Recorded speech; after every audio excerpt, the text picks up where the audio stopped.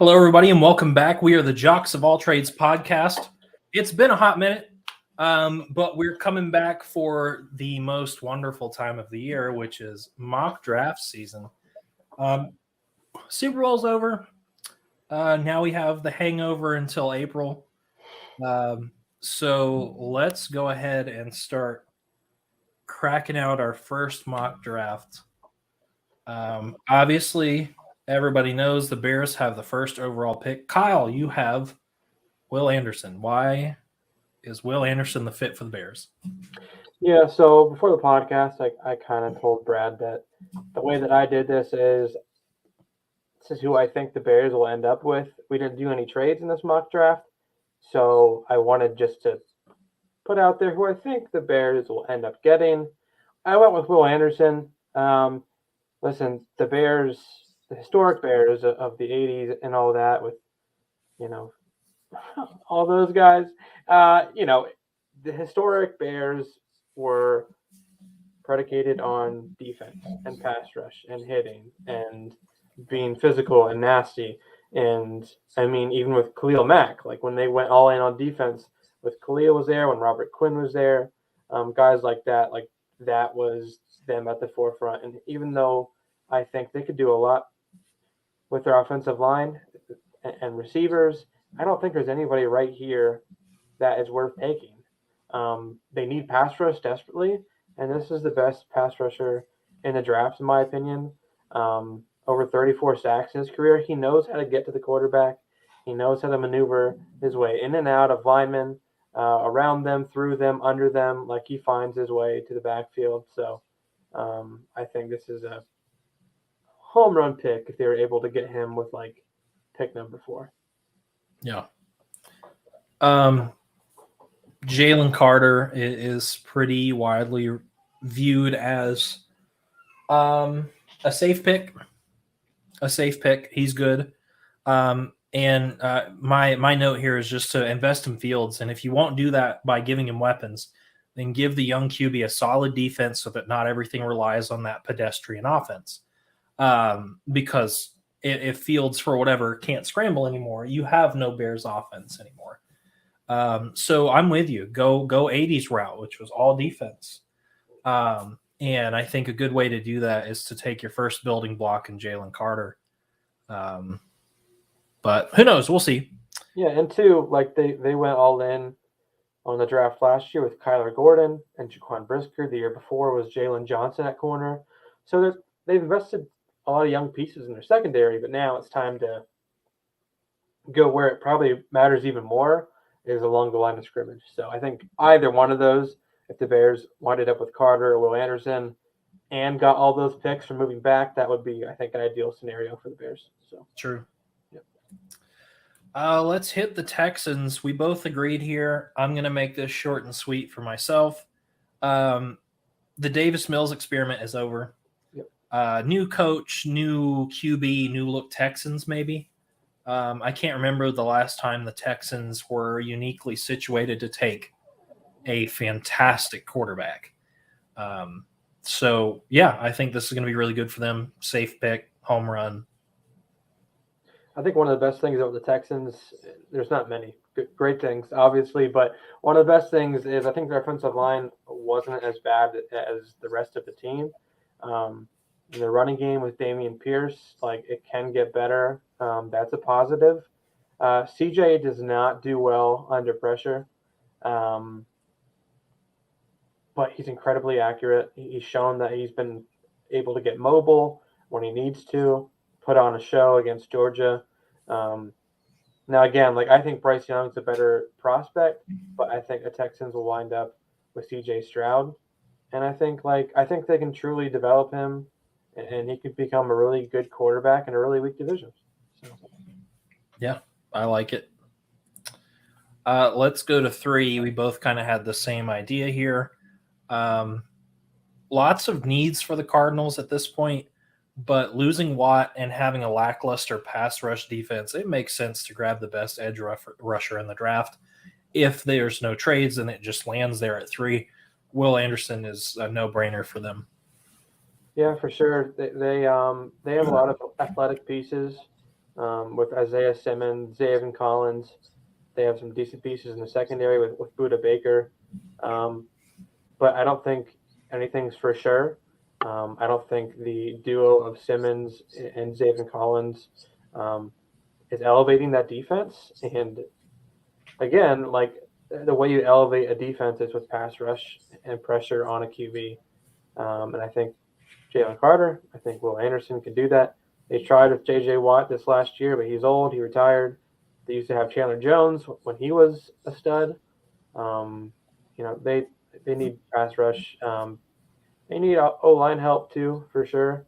But again, I don't think there's anybody right here worth taking. They could reach on some guys like a Skoronsky, but if Carter or Anderson is in your lap, you don't go away from that, in my opinion. So Agreed.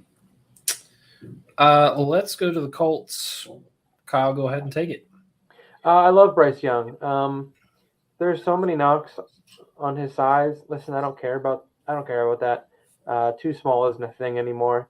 If you're willing to make Kyler Murray at 5'9", the number one overall draft pick, if you're willing to give him $260 million, you know what I mean? Like if you're willing to do this for some of these guys who are a little bit undersized, like you can take that chance on Bryce Young, who is mobile. He's a leader. He's tough. He's accurate. He's a baller. He's a gamer. Like he has so many indescribable um, qualities on the field, but I think what makes him unique is he's definitely like the guy off the field too, and I think that's going to radiate in the locker room.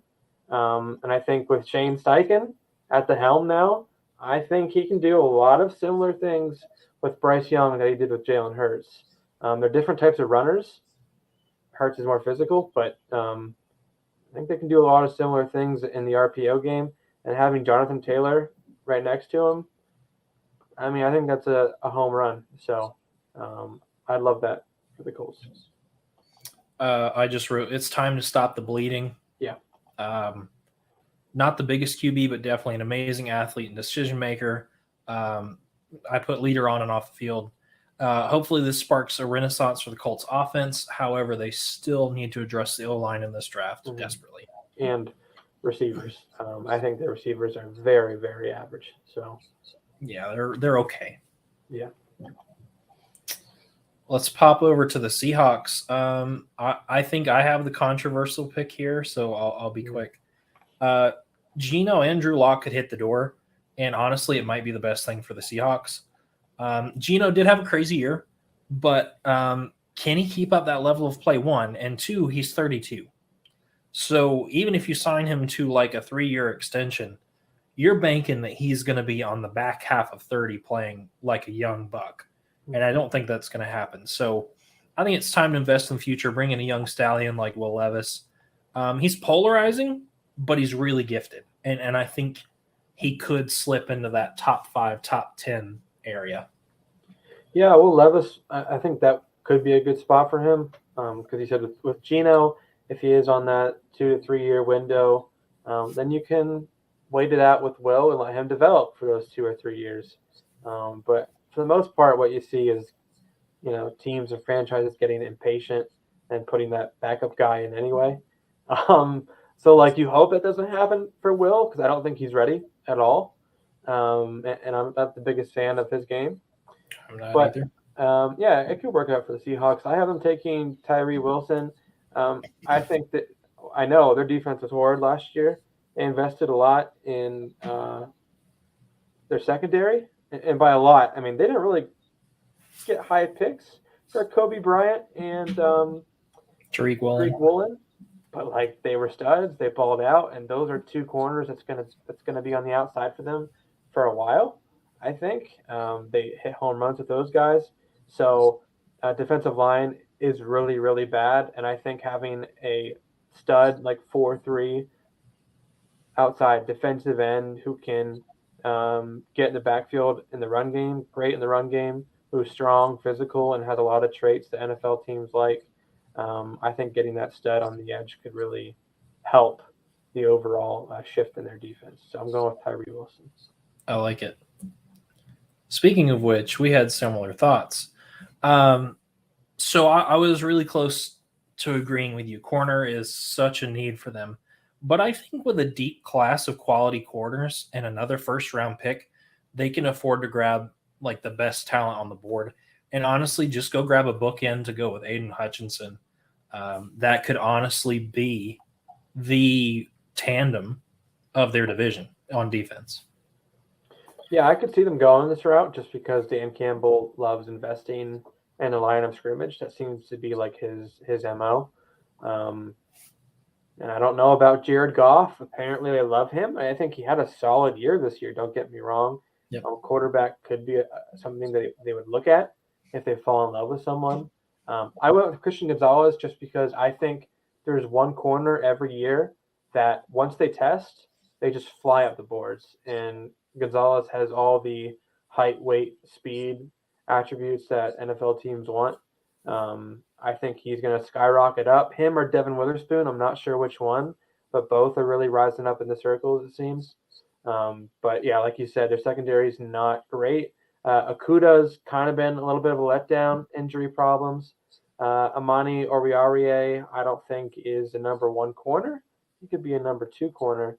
But I think if you find a stud corner on the outside for them, that just, with Aiden Hutchinson on the D line, and then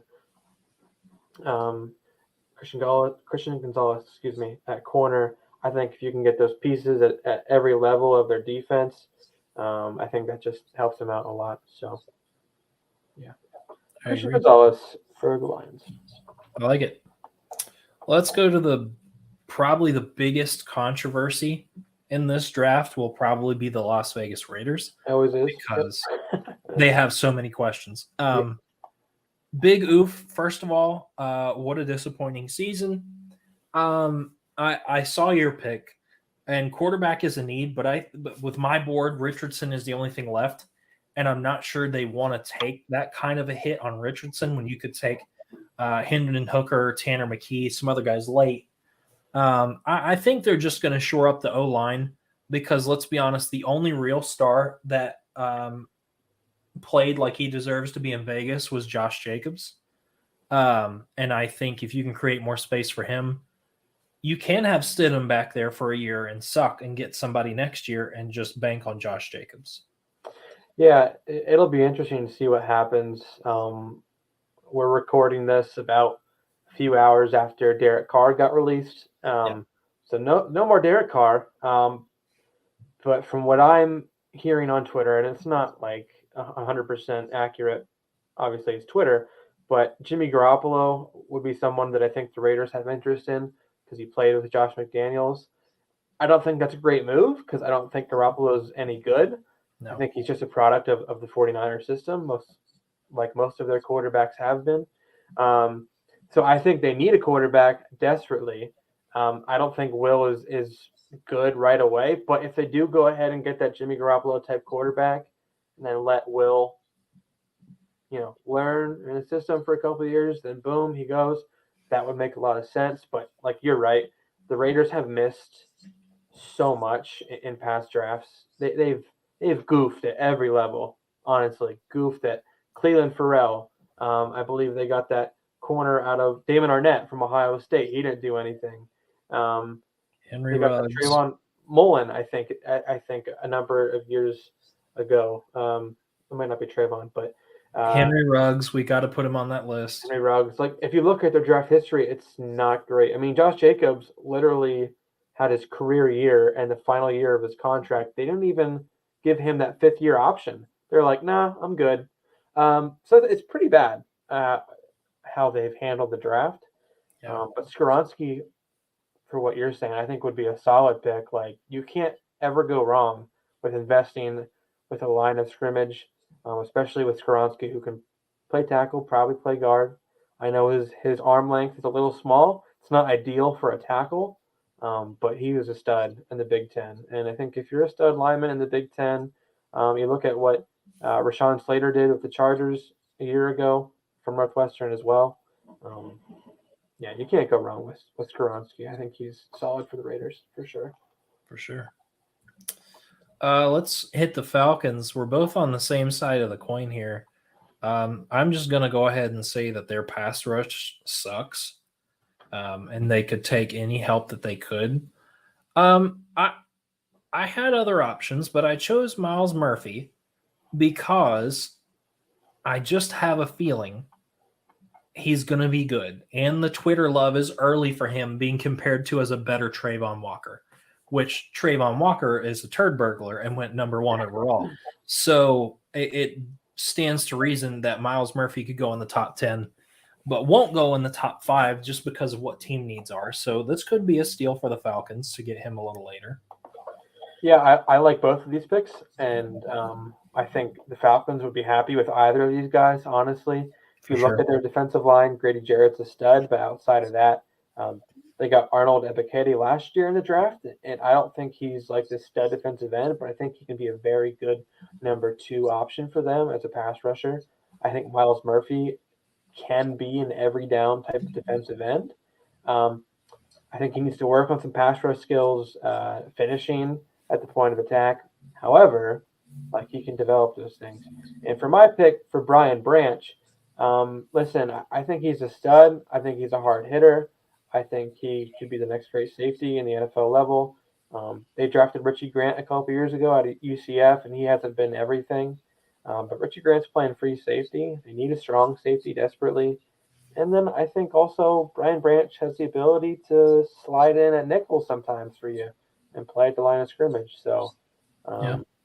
Alabama guy staying close to home. So, yeah, I like it. I have another destination for him. You'll see later. Okay. Carolina Panthers were both on the same page. My explanation is just this. After whiffing on quarterbacks consistently for the past number of years since Cam, basically, I think they'll take the swing for the fences with Anthony Richardson. I don't think he should go in the first round, but I think he will. He could really either be a steal or a bust, but I think if you get the right coach in there, the sky's the limit because on tape, he looks like the guy. The problem is there's not the stats and the numbers to back it up to prove that I can perform at that high level. So this feels like a Panthers pick. That this feels like that kind of desperation ooze pick for I want something if they can't get in the top half of the draft for one of those guys. I don't know. It just smells like desperation. It's stanky to me, I think, but they're going to do it. So it smells like a trying to reincarnate Cam Newton kind of thing. I think they're very similar. The only thing that I have a problem with is it seems like Frank Reich, who I think is a very good coach and quarterback developer, it seems like he has a type, and that's like these big 6'5", lanky, slow white dudes. It seems like that's what he likes, honestly. If you look at what he's had, maybe it's not all on him, but it seems like that's what he's worked with. However, like look at the Super Bowl that just went on. Look who the quarterbacks are. Yep. It's these incredibly athletic, mobile, good arms, running pat. Like it's a different breed of quarterback now, and I think you can have that. And I think even though Richardson probably isn't ready right away, I think you can make a system for him and where he could be, and it could operate an offense at the NFL level, especially if you rely heavily in the run game. So I think Richardson, in my opinion, has a higher ceiling than Will Levis does, but he just needs the right coaching. I think Frank Reich could be the right coach. I just don't know if he'll take the risk on Richardson that early. maybe. But I think they should give it a shot. Depends on how desperate he is to keep his job. Yeah. Quarterback's the most important part of the game, and the Panthers definitely don't have one. No. So we'll see. So here's why I said why you'd like this pick a lot, Kyle. It makes sense. Bradbury and Gardner Johnson are both free agents this offseason. This could give some depth at corner safety to help stabilize the turnover in the secondary for the Eagles. Not to mention he's just a stud. And it's not their weak point, but it's not their strongest point on defense. Yep. I think this is a need pick more than a want pick. Yeah, I would like Brian Branch very much at safety for the Philadelphia Eagles. I'd be ecstatic if they picked him I'd be more excited if they traded back and picked him. I think he could do really well in that. Well, Cannon's not there anymore, so we'll see what kind of defense they become. However, they do have a need at safety, and I think he could fit that. I have Peter Skoronski for the Eagles. The Eagles always invest in O-line, D-line. Isaac Seumalo is going to be gone at guard to free agency. I doubt they retain him. He's going to have a hefty bill, and Lane Johnson probably has a couple years left, and then he'll be done. So even though I might not love this pick for the Eagles, I think that's more in their MO. Yeah. But I think either of these guys, I think, would be a solid pick. So it's a solid pick. It's not a sexy pick. Right. Yeah. Yep. We were both in agreement here. It's ridiculous. Paris Johnson didn't allow a single sack on 449 snaps. That's pretty good. Especially if you're going to keep throwing Ryan Tannehill behind the O-line and expect him to do things, because he is mediocre, pedestrian, washed up. You need to protect him. And it's insane that you have Derrick Henry and you haven't invested in your O-line that super heavily. Mm-hmm. So I say invest, help Henry, and then even if it's not Tannehill now, it's going to be the heir apparent Malik Willis at some point. So, and like you said, anytime that you invest at the line of scrimmage, you're just making a solid choice. So, yeah, I'm not so sure what's going to happen to Taylor Lewan. I feel like he's been acting a little strange recently. If you just look at his Twitter, but he will be an unrestricted free agent. I think not this year, but next year. So I think that's something that they're definitely looking at long term. They drafted Nicholas Petit-Frere from Ohio State last year. He's slotted at the right tackle. But they also have needs at guard, and I don't know if Paris Johnson Jr. can play guard. Like, I feel like he probably could. Last year he played left tackle, for reference. But I believe he did play guard the year before. So, okay. I think he has that versatility in him to slot in at left guard or right guard, and then once Taylor Lewan hits the hay, slide him out. Like you said, I mean, if you don't allow a sack the entire year, that's pretty impressive. I think for a guy like Malik Willis, because I think he's going to take over sooner rather than later, they're going to be done with Tannehill soon. Like, people are going to sour on the Tannehill train. They probably already have. I think you want everything possible from Malik Willis to succeed, because he's not that great of a passer yet. And it starts at the line of scrimmage. You're right. So having Derrick Henry, having a great offensive line is something that's needed for Malik Willis to succeed. So I don't think you can go wrong with, Paris Johnson, maybe the best pure tackle probably in this draft. Probably.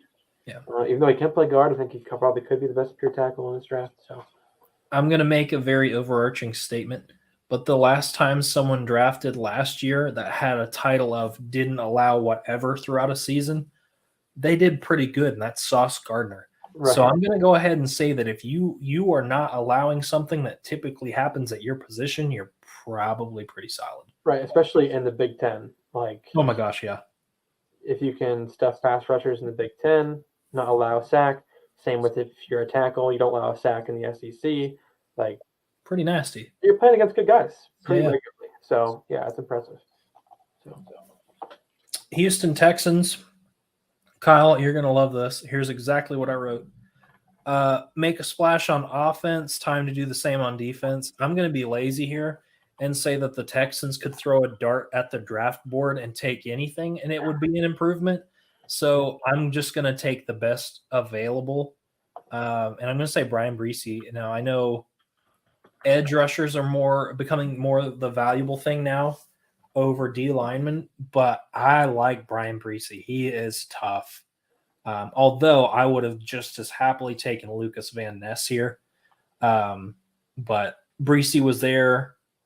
I have a feeling I know who's going to take Lucas Van Ness, and I kind of made it happen that way because it feels like a very that team pick, and I'll explain later. But I like it. I like both. Yeah, I mean, either. It's hard because they need a receiver. They need O-line. They need D-line. They need a corner. They need a safety. They need a tight end. Like, you can just say anything at this point. So it's tough to know what they're going to do. Yeah, I think it does make sense to get your quarterback and then get like a guy along either line of scrimmage. I think those are, again, two of the most important things that you can get, especially when you're trying to start over. D'Amico Ryans, obviously big defensive guy, hottest candidate out there. I'm And he so goes, mad he went to the Texans and didn't right. come to his alma mater. Yeah, So mad. it's sad. Because it's very hard to rebuild the Texans. I'm sure it's probably going to be very hard for him to do it, but it's possible. But Lucas Van Ness, for me, for the Texans right here at this pick, 6'5", 264. He didn't even start. Like, he doesn't even. He was just in the rotation for the Iowa Hawkeyes, which is crazy. But he's going to test extremely well, and at that size, that build, pretty good production. I mean, I know he's not that experienced, but based on the traits and physical abilities alone, um, I think the Texans need that defensive line help either with Brissett or with Lucas Van Ness. I don't think you can go wrong with either. They're both 6'5", both very big dudes. They're probably still going to run a 4-3. However, like, I believe the 49ers had Eric Armstead and DeForest Buckner, who are both very large human beings at D tackle. And Nick Bosa is also a very big human being at defensive end. So either of these guys, I think, can fit into what D'Amico wants to do. For sure. That makes sense. I've been waiting to say it all day. We had the same pick. I guarantee you're going to agree with me. Mekhi Becton is a liability. Why he is still on the Jets roster is beyond me. I know the Twitter love for mock drafts right now is a quarterback here, but who cares who the quarterback is if he can't stay upright with a revolving O-line? That is the problem. Doesn't matter if it's Mike White or Zach Wilson or whoever. I really think they need to work on their O-line. Quarterback, you can address in later rounds because at this point, you could just pick some bum out of a bar and they'd still probably be better than Zach Wilson. So, or they might go ahead and infiltrate the darkness retreat and get Aaron Rodgers. Yep. Who knows? They need a quarterback, no doubt. We're agreeing on this pick. Broderick Jones, I believe. What was it? He clocked 19 miles per hour in a game before, which is crazy for an offensive lineman. I think he has that tackle guard versatility. Like you said, Mekhi Becton, who knows what he is right now? I think the Jets know what he is, and they don't love him. A lot of injuries on the offensive line for them this last year. Yep. Dwayne Brown was starting for them at left tackle. Dwayne Brown's an old fart. Yep. You need to infiltrate that offensive line with someone athletic, someone young, someone you can mold. I think that's will be a great pick for them. You have some great receivers. You got some great running backs. Maybe you can survive on a year with Derek Carr. Maybe you can go out and get a Jimmy G, or maybe you can get Aaron Rodgers. And I think you could be successful if you have a stable enough offensive line. Because honestly, I think they could have made the playoffs this year if they had an average quarterback and their offensive line did not die. Yep. So I think this would be a good pick for them. So. Agreed. Let's take it further north. We both had the same thing here. I'm going to play it safe and go for defense. Patriots defense has been a little lackluster for a bit here. I'm just going to go ahead and say it starts at the line of scrimmage. That's the majority of their problems. We both agree that they need a stud to go in there. I just feel like Lucas Van Ness is going to drop A because he is that rotational player. I had this written. And B, it feels like a Bill Belichick thing to do, to take the guy who's on rotation and everybody goes, oh, we're not going to take him because he doesn't have the stats. And then he turns around, he's this massive stud. So it just feels like the Patriots pick. So, yeah, I think if you look at their defensive end, they do run kind of a weird defense. Body types are all over the place, it seems like. So I'm not like 100% sure where they could go. All I know is that they do value pass rush. Matthew Judon, perfect example. They have Josh Uche at linebacker position. He had a pretty good year for them. They went out and got Christian Barmore a couple years ago at nose tackle. So they definitely value defensive line, pass rush, all of that. So um, I'm kind of taking a stab in the dark because I truly don't know where they're going to go. It's just the Patriots. They always have a weird draft strategy, whether it's trading up, trading down, drafting Cole Strange in the first round, who ended up being pretty good, but like, who thought that was going to happen? So like, you don't really know. However, I think both these guys have traits that Belichick would love. So Agreed. Um, if you want, I'll just Michael Mayer, whatever it is, makes so much sense here. You or I don't really have to make a case at this point for why he's so coveted in a heavily pass-based offense. And even if Aaron Rodgers is not there, tight end Mercedes Lewis was the last one, I guess. And even then, like, okay, but he he's just all around good. He could be a Kelsey level, but I'm not going to give that to him. I would say Brock Bowers would be more on a Kelsey level, but he's not eligible for this draft. Right. So you take what's there, and he's still going to be a generational talent. And this just makes so much sense to me. Yeah, I think so too. I don't think he's, Kelsey or Dallas Goddard or will be at the top echelon of tight ends right away. No. But I think he has a lot of qualities that top tight ends have. I don't think anyone's as good as a route running as Travis Kelsey, but someone that can step in right away, be effective in the run game, but also go out, make really contested, tough catches. He Route running is reminds me of something you can TJ work on. Hawkinson. Right. I think he could be even better in TJ. Like, Yeah. route running is something you can work on. Run blocking is something you can work on. But, like, making these incredible hand catches in traffic, that's not always something that, like, people can just get better at. Yeah. Sometimes, like, you have it or you don't. So I think for the Packers, their next stage in life after Aaron Rodgers, assuming he leaves, is relying on that run game, relying on their offensive line and play action. Let Christian Watson just run around and go deep, spread out the field a little bit, and operate middle of the field, run game, give Jordan Love some easy things to do. So I think Michael Mayer could be a very encouraging selection for the Packers. I like it. The Commanders. This also feels like you could address 5 things with this pick. I'm gonna make one. I don't like the Commanders, but I'm gonna appeal to Commanders fan base here. Why not start by rebuilding the Red Hogs by adding a big old guard? He's 6'5", 347.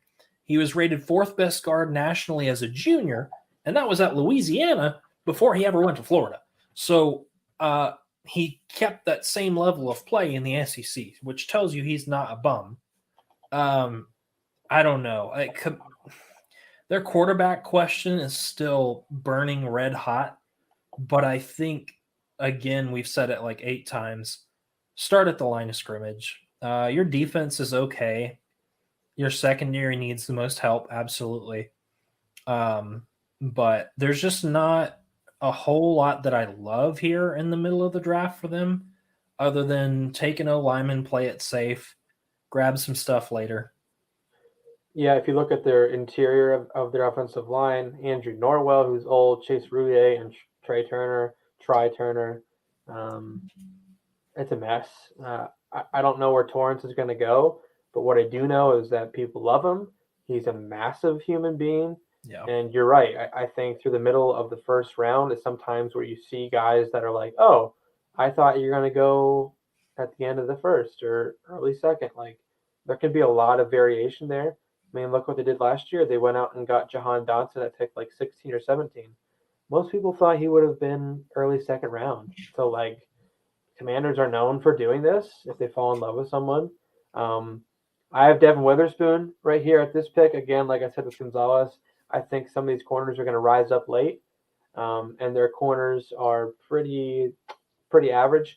I think I don't know if Kendall Fuller will remain on the team. Benjamin St. Juste actually had a decent year, I thought, relatively for being like a fourth round pick, but I still think they can address corner.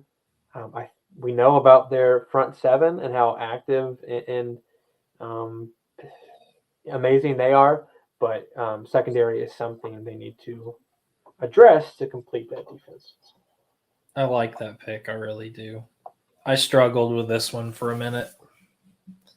Um, but the Steelers, at least we agree on one thing. They need secondary help like crazy, and they have for several years now. I'd draft another QB here if one was available because I really don't believe in Kenny Pickett. But since I can't, I'd like to improve a mediocre secondary. Minka is great, can't do it all by himself. Um, Devin Witherspoon or Joey Porter really is a steal. Um, are you going to say it, or do you want me to say it about Joey Porter and the Steelers?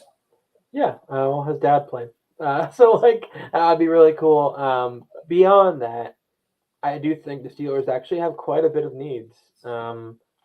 Like their best player on their team is no doubt like T.J. Watt, and then your second best player is probably Cameron Hayward, and Cameron Hayward is not getting any younger.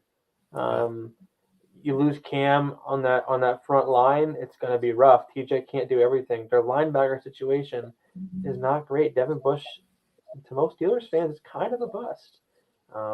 Their corners, like you said, is something they've needed to address forever, forever. So I don't know if they're going to go secondary here. I think they should, but they also have needs on the offensive line as well. I think they have a lot of needs, honestly. You look at that team early in the year, you didn't think they were going to be 9-8. Somehow they do wind up 9-8, but I think it's kind of like a fake 9-8. I don't think they were 9-8 good. So they have a lot of needs, but I think there's some good corners in this draft, and I don't think you can go wrong with either of these guys. So Agreed. So much so that Joey Porter was my next selection for the Detroit Lions. Another iteration of I could choose anything and it would help. No need to go QB shopping just yet. Goff was solid. I agree with you. I had it in my notes. And honestly, the defense is starting to look better and better. Like as the year went on, they looked better and better and better and better. Improving the secondary is a great start. You and I both agree on that.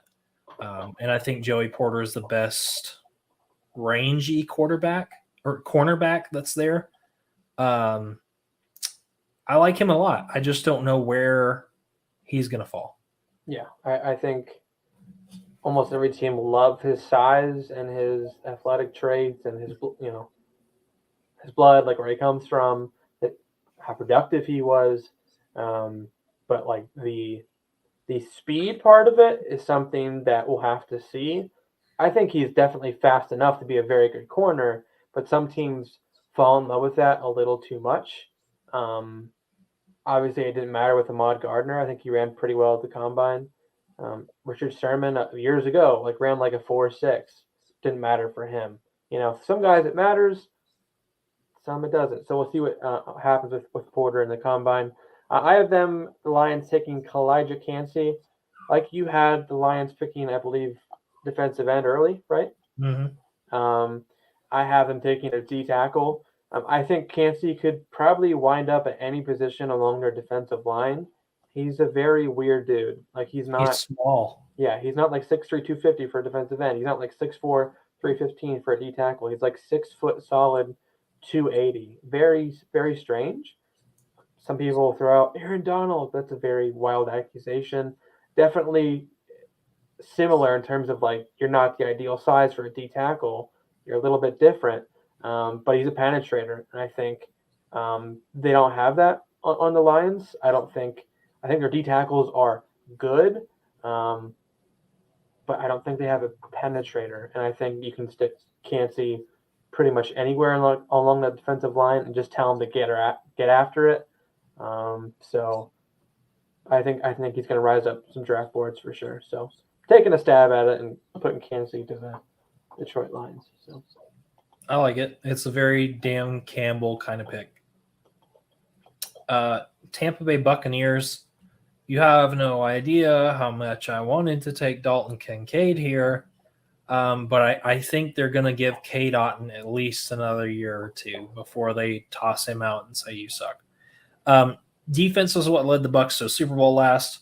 I would imagine improving on that would get them back there with losing Brady because if you have the money, you could go after Carr, you could go after Garoppolo, you could do a couple of those things, but your option right now is Kyle Trask, and that's kind of bad. And what we all know is with young quarterbacks, invest in the defense and keep them upright. So, Yeah, they got some receivers on Buccaneers. They have some okay, kind of below average running backs. Leonard Fournette's not getting any younger. Their offensive line was beat up this year. You're right. They put a lot of stock in their defense. Their defense is still very good. Todd Bowles is still at the helm, so getting a leader like Nolan Smith off the edge, I think, makes a lot of sense. I wonder where they're going to go. I think that will determine, our future mock drafts. Like, where do they go for a quarterback? If they go Kyle Trask, they might want to give him a tight end like Dalton Kincaid, who I have them taking. If they go for a more experienced guy, maybe they're like, all right, you have enough weapons on offense. Like, we'll make do with what we got. Let's invest heavily into our defense and make that like our center point of our team. Let's have like the best defense in the NFL when our offense just like don't turn the ball over and we'll be in games. So we'll see where they go with that strategy. But I think Dalton Kincaid is worthy of a first round pick. absolutely. I just don't know where he'll go. So I agree with you. I like Dalton Kincaid, and that was my first choice, and then I just differed for whatever reason. Speaking of agreement here, Seahawks have to improve the pass rush. They added Boye Mafe last year, which I kind of had as a late round first rounder.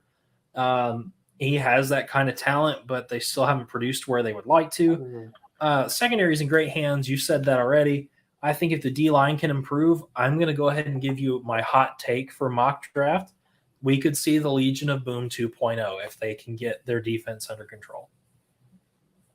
Yeah, I like that pick for them. I doubled down on defense. I picked who did I pick? I picked a defensive end earlier, I believe. I picked Tyree Wilson. So Tyree Wilson and Brian Brisset. If he falls there, I don't know where Brisset is going to end up. I see a lot of variation in mock drafts in what people say. Definitely has all the height, weight, speed, strength that you want as a defensive end. Not the most productive, a little bit injury prone. So who knows where he'll fall. But if you can double dip at defensive line and get a guy like Brian Brisset that late, who very well could be worthy of a top 15, top 10 pick, pretty nasty to invest like heavily in your D-line the last 2 years, heavily in your secondary. Who was the guy that went to the Jets, the edge rusher that went in the first round that went kind of early from Florida State? Oh, Jermaine Johnson. I feel like Brisset could be the Jermaine Johnson of this draft, where either he's going to go in the back half or in the top 10.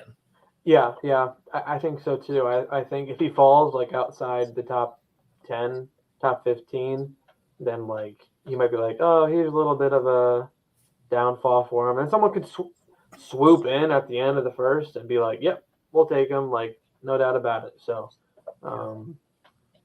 I think either of these guys would be good. They just really need to invest heavily in their defensive line. So agreed. I almost agreed with you. Almost. My problem, and what we're going to see later on in this mock, is I think any receiver that gets taken in the first round is a desperation play more than a safe pick. And honestly, I think if you're the Chargers, you want to keep Justin Herbert on the field. Gonzalez is here. Gonzalez should probably go a lot sooner than this. But I think with team needs, he could fall down this low. And if he does, you just got to take him and improve the defense that's already pretty banging. But I do like Quentin Johnston, especially with the questions of whether Mike Williams will come back or not. What are they going to do with Keenan Allen? Are they actually going to release Keenan Allen? Because that would be highly stupid. But both picks are good. It'll be interesting because I think Mike Williams will be back. I'm not sure if Keenan will be back, but for Quentin Johnson, he reminds me a little bit of Mike Williams. Yes. However, I think he's faster. I think he's a little bit quicker, but I don't think he's technically as sound. But like before he got super tall and super big, he was more of a slot guy. So he has some capabilities in the slot. And if you're looking at it from like, oh, maybe we can make him a big slot guy, like maybe who cares about putting our tight end in the slot? Let's have 3 receivers. Let's have 4 receivers and make Quentin Johnson like our slot guy, but like a really big slot guy.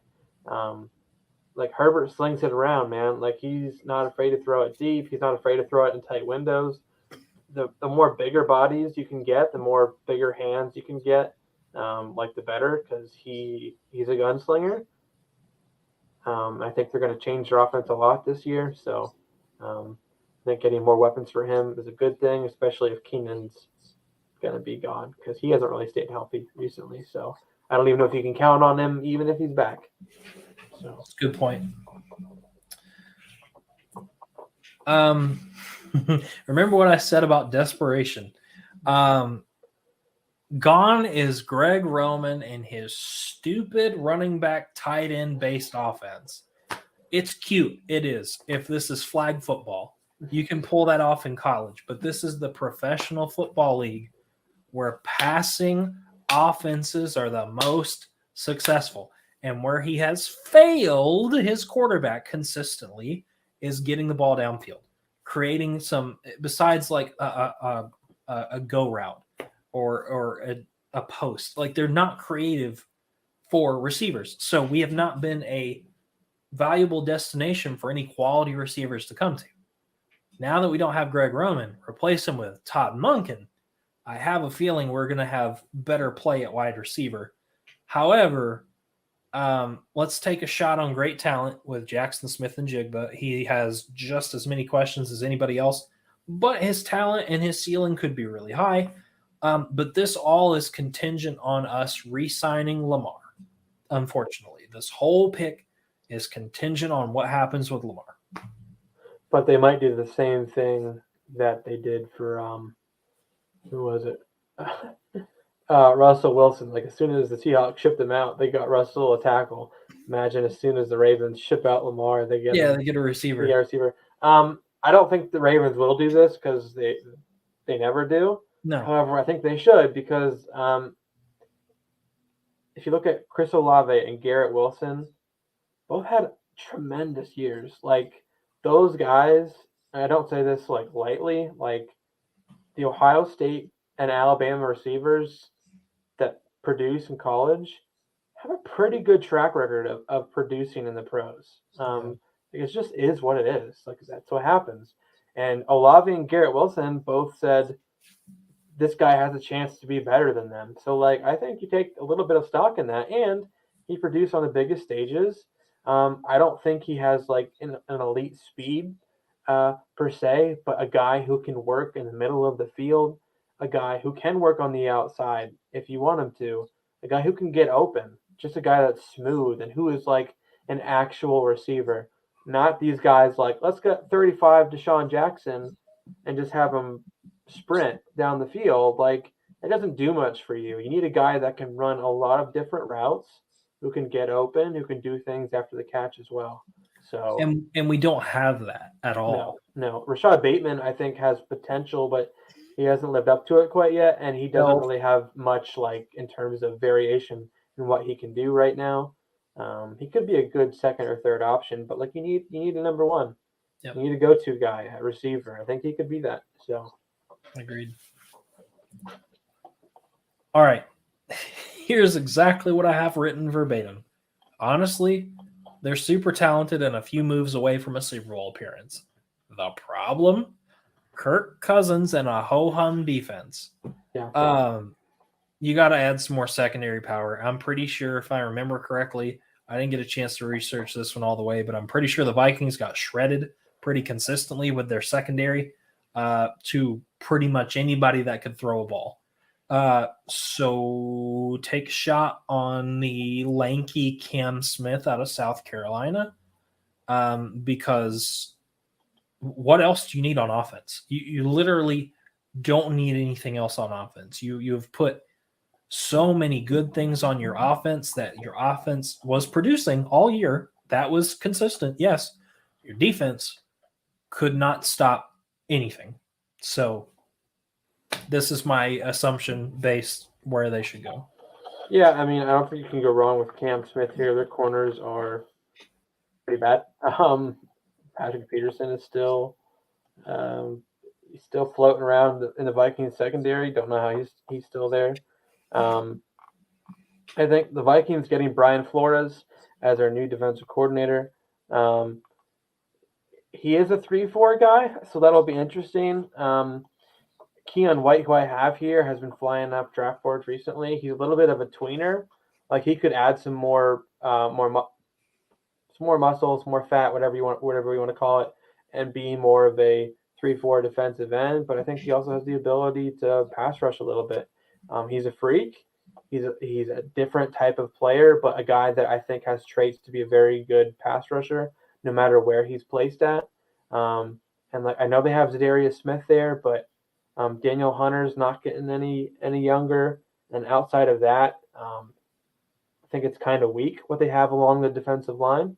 So I think you can add some defensive line power, get a guy who can penetrate and do some different things, just like a chess piece for Brian Flores. But you're right. Like he's a defensive coordinator. No more Ed Donatel. Like let's get him some better defensive pieces because their defense was awful last year. So yeah. We have the same idea here. And it boils down to as simple as protect T-Law. He proved this year that he's finally got the hang of it if you can give him some weapons, which he sorely needed. And you and I had discussions about that ever since he was drafted, that he needs weapons. Well, he's got them, and he's getting Calvin Ridley. I think he'll be just fine. However, you got to keep him upright. And whether you take Osiris Torrance or Anton Harrison here, either one is going to be a massive improvement on what they have. So, yeah, I think the Jaguars could go a bunch of different directions. Not saying that they need everything, because I don't think they don't, but I still think they can improve on a lot of pieces and what they have. Like, for example, they have Zay Jones at receiver. I think they did a really good job this year. I think they could get better. Sorry, it's like choked on something. I think they could get better than Zay Jones. Were you getting choked up about how good the Jaguars did this year? I don't know what that was, man. I think Evan Ingram had a nice year, but yeah. I think they can get better than Evan Ingram.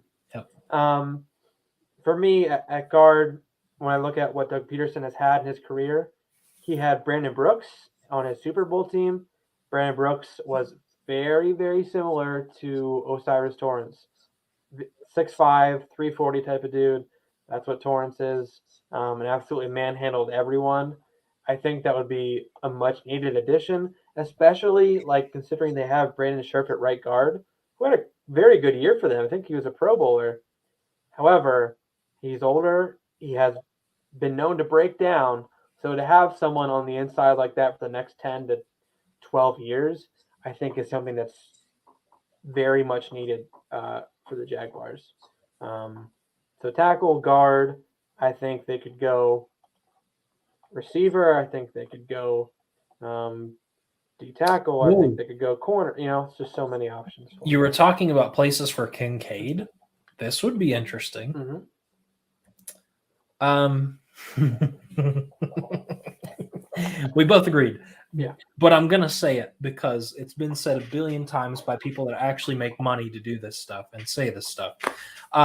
You need to give Daniel Jones a real wide receiver. Do I like Daniel Jones? No. Do I think he's good? Kind of. Do I think he'd be a lot better if you actually gave him someone to throw the ball to? Yes. Here's the problem. Just do it. Just do it. Just go ahead and draft a wide receiver. Doesn't matter who you take. You could really roll the dice. Reason I have Jordan Addison. He did win a Bolitnikov. That's a pro.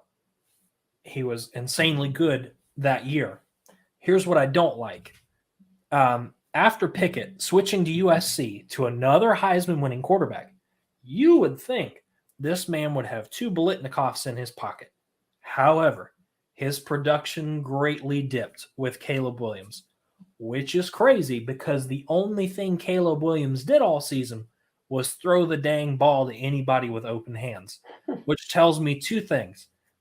Either Addison needs a good receiver or a good quarterback to survive, which Daniel Jones is not that, or he is a system wide receiver, which isn't great either.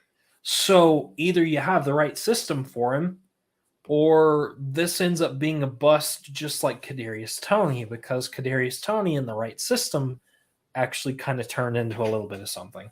But the Giants don't know how to use their talent, and I think Jordan Addison would have the same treatment as Kadarius Toney, but they have to address the problem. So yeah, Addison's a tricky one because you're right, he won the Bolitnikov, but did he just do it because he was in a weak conference?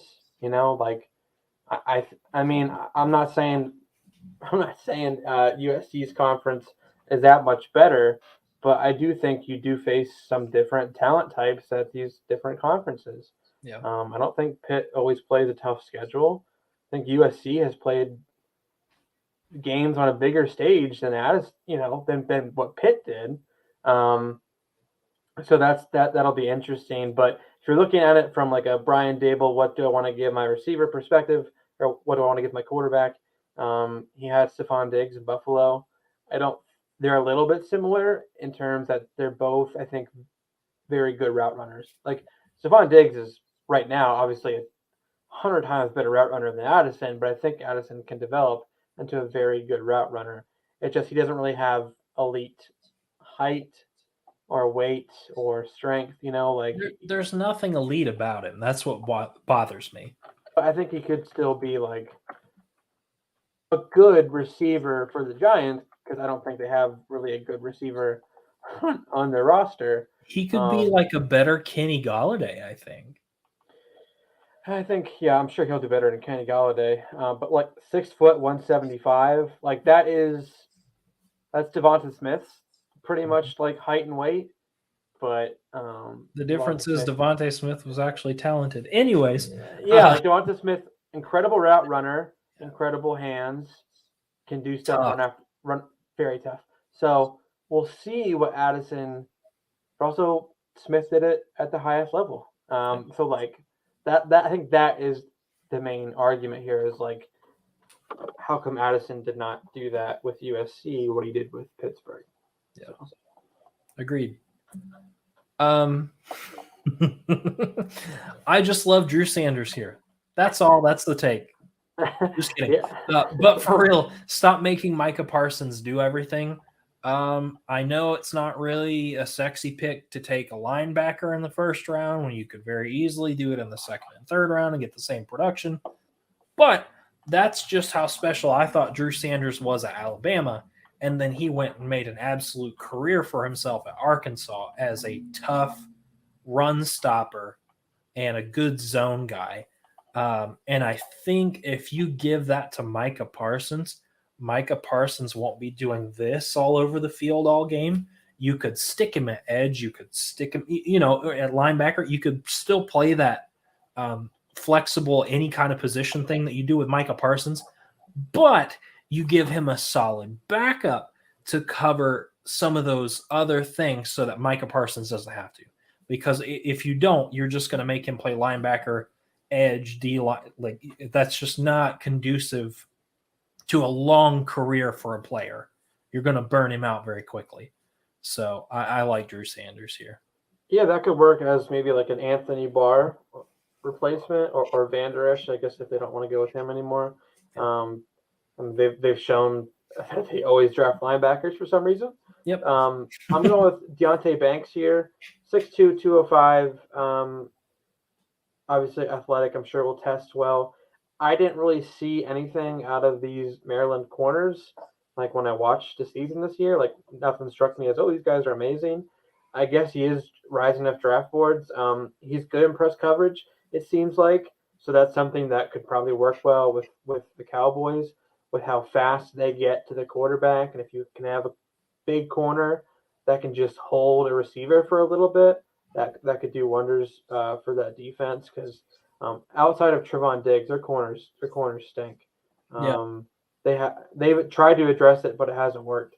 So I think they're going to try to go back to the well and get someone who can lock down that cornerback number 2, They need to. or try to.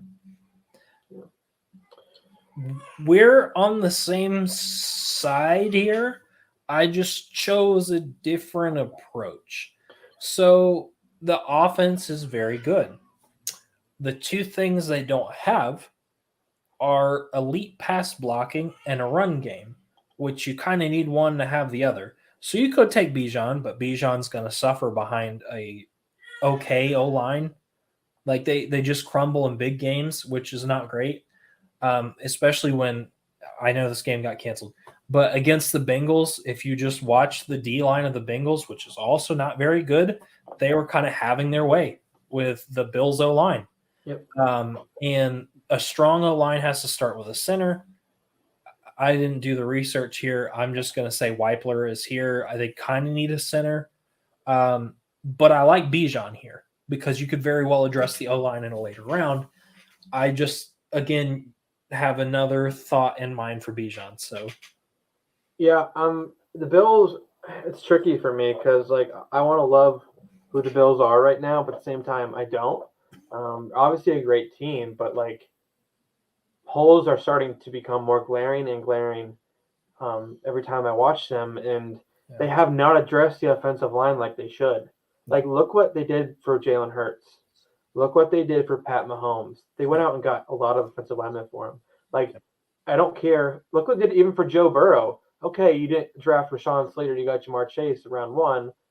So to like counteract that, the next year they went out, and even though I don't think they're great, they went out and just got him a ton of offensive linemen to hopefully rectify that situation. The Bills have not done that at all. They've went out and spent a lot of capital on running backs. So like I think the Bills will be stupid and get a running back, but I think they should go after offensive line and defensive line because that is absolutely what killed them in the playoffs. yeah. And safety is getting old up there too, so you could address that as well. Like I think they need a run game, and I think Bijan obviously could be really good because Bijan's a really good running back. Like he could have a lot of success with the Buffalo Bills. However, like offensive line, I think is just the biggest need. I think there are some guys, if you trade down a little bit or trade up, that you can get and really make an impact. So I have Bijan to the Bills here, just because I think they will do that, but I think they should go offensive line. I don't love it just because I don't want him to suffer under we have such a great quarterback. We don't need a run game, Yeah, which is what they've done. you're right. I want to see him go somewhere where he'll thrive, but I understand that he would be a massive upgrade for them by a mile. Let's just do this one pretty quick. The Bengals defense is the worst part of their entire team. Offense is good. They have so many weapons. I could sit here and list you every single receiver and running back that they have and tight end that are pretty serviceable and get Joe Burrow his numbers. But the defense is just lackluster and their problem every time they play. We've talked about it at the line of scrimmage. I like Siaki Ika. I think he is a better Terrence Cody in terms of more athletic with retaining that massive frame that you just are not going to move. I think he's going to be a home run. He's just not going to be as sexy because he's not that 270, 280 slim frame that's just going to slide through guys. He's not. He's going to be a power guy. I'm going to give you another name that I kind of like with him if he was bigger. Ndamukong Suh, just a little bit. But that same kind of like, I'm just going to overpower you because I can. And I think that would translate really well to a division where you're going to get run over if you can't stop them up front. So, Yeah, I think the Bengals could pretty much go anywhere besides receiver, and Yeah. quarterback, obviously. I think the defense was, I think it can be improved for sure. I don't know where they're exactly going to go. Awuzie was on their team. Cam Taylor Britt at corner played pretty well for them. So like they could go corner here. I have them taking Kaylee Ringo. I think there's a lot of physical things that Ringo does that is going to impress teams. Um, I don't know if Jesse Bates is going to make it. Like he might be a free agent, but they also got Dax Hill last year, who like I absolutely loved. So I wish they'd get rid of Eli Apple. yeah, I mean that's kind of my thinking here. I don't know if Awuzie is long term. I don't know if Cam Taylor Britt is going to be the guy. So I think corner is something that they could address, and I think Kelly Ringo um, needs some technical things to work on, but from a physical standpoint, I think he would improve that defense long term. So For sure. Um, I got lazy here. Um, I'm just gonna go ahead and say this as lazily as possible because also the Saints weren't really in the first round until a couple of days ago. Um, their D line is ancient, and I mean ancient. Producing, sure, great defense. I just don't know if there's a QB that I like enough to take in the first round for them. Receiver is probably going to be a big old need here too, but mhm. again, there's just no. I hate this. There's no solid receiver in this entire draft, so I feel like I'm being lazy by just picking offensive line or defensive line.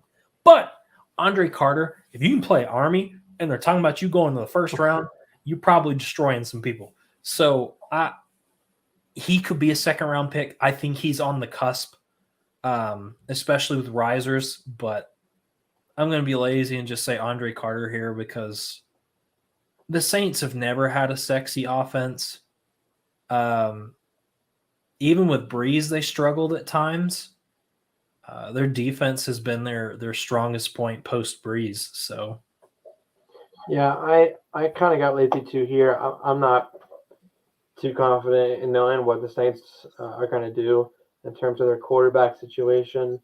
I think they should probably trade down, even though they got this pick back. I think they should trade down, recoup picks, and maybe later pick Hendon Hooker. I think that might be more yes, along I like that. their line of thinking here. Tanner McKee, I don't know where he's going to go. He'll probably fall a little bit. I don't think he's worthy enough to be a high pick. However, like Davis we've Mills yeah, 2.0. we've seen teams get desperate for quarterbacks. So who knows what exactly they'll do? Derek Carr could reunite with Dennis Allen with New Orleans, but um, taking a swing here and go quarterback here just because I think they're gonna take a quarterback somewhere in the draft. So So as lazy as I was with the Saints because it's the Saints, I'm really excited about my next two picks. Kyle, let's be honest. Let's be really honest. You would love this, A. And B, they could do it. Sanders is really good. Kenny Gainwell is up and coming. But listen, if you can grab a guy who on paper could potentially be an even better rookie than Brees Hall, you do it.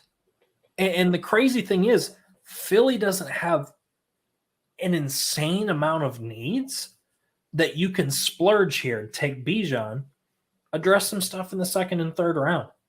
But I just don't think you can pass up on that generational talent if nobody takes him to this point. I think that phone call needs to be, we want Bijan. Easy. It needs to be because Sanders is great. Kenny Gainwell is great, but Bijan could be amazing. Bijan yeah, could be Saquon level amazing. Like yeah. you just Miles is a free agent this year, so like if they don't retain Miles, like this could be an option. And honestly, like if Bijan was here at 31, I'd be like, heck yeah, I do. I'd be jumping up and down if they drafted Bijan. Like if I saw him come on the screen, I'd be like, oh.